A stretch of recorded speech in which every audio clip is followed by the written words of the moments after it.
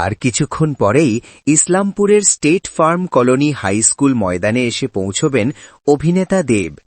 এরপর ইসলামপুর বিধানসভা তৃণমূল কংগ্রেসের প্রার্থী কানাইয়ালাল আগারওয়ালের সমর্থনে কলেজ মোড় থেকে মিলনপল্লী পর্যন্ত রোড শো করবেন তিনি।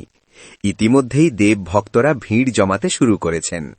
এই জনজোয়ার সামাল দিতে পুলিশ প্রশাসনের পক্ষ থেকেও আঁটোসাঁটো ব্যবস্থা করা হয়েছে। আমাদের ঘাটালের সাংসদ, বাংলা চলচ্চিত্র জগতের বিখ্যাত অভিনেতা দেব আমাদের ইসলামপুর বিধানসভার জনপ্রিয় প্রার্থী এবং এই এলাকার মানুষের সুখ দুঃখের সাথী।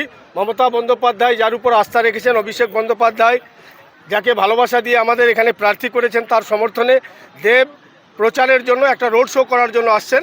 স্টেট ফার্ম কলোনির মাঠে তিনি ল্যান্ডিং করার পরে খোলা গাড়িতে রোড শোর মাধ্যমে তিনি বাইপাস অবধি যাবেন।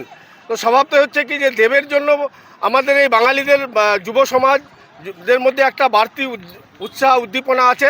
তারপরে যেহেতু মমতা ব্যানার্জির দলের প্রোগ্রাম, তৃণমূলের প্রোগ্রাম, আর ইসলামপুরে কানাইয়ালাল আগারওয়ালের সমর্থনের প্রোগ্রাম, স্বভাবতই সব মিলিয়ে জমজমাট পরিস্থিতি। আমার খুব ভালো লাগছে যে ইসলামপুর শহরে এবার প্রথম দীপক অধিকারী, যিনাকে আমরা দেব বলেই পরিচিতি জানি, আমার আজকে একটা রোড শো হচ্ছে এই ফার্মকলির মাঠে, যেখানে আমরা দাঁড়িয়ে আছি। এখান থেকে রোডটা শুরু হবে, যেখানে বাইপাস আছে ওখানে রোড শোটা শেষ হবে।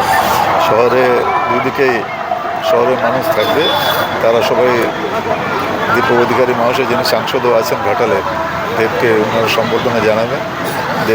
দেব মহাশয় উনিও প্রত্যুত্তরে উনিও সম্বোধিত করবেন ইসলামপুর শহরবাসীকে। খুব ভালো একটা প্রোগ্রাম, যেহেতু প্রথমবার ইসলামপুরে দেব আসছে, সবার একটা ক্রেজ আছে, সেটা সবাই ওনাকে দেখবে, দাঁড়িয়ে সম্বর্ধনা জানাবে। বলছি ওনাকে দেখার জন্য তো ভিড় প্রচুর হবে মনে হচ্ছে সকাল থেকে, তো সেই ভিড় সামলানোর জন্য কি কোনো অসুবিধা? রোডে দুই সাইডে থাকবে, নিজের জায়গায় থাকবে। এরিয়াও তো অনেক লম্বা আছে না, ফার্ম রোড থেকে শুরু করে একদম বাইপাস রোড পর্যন্ত দুই দিকে জায়গাটা অনেক বেশি আছে, ওই জন্য অসুবিধা হবে। বলছি আজকে দেবের কোথায় কর্মসূচি?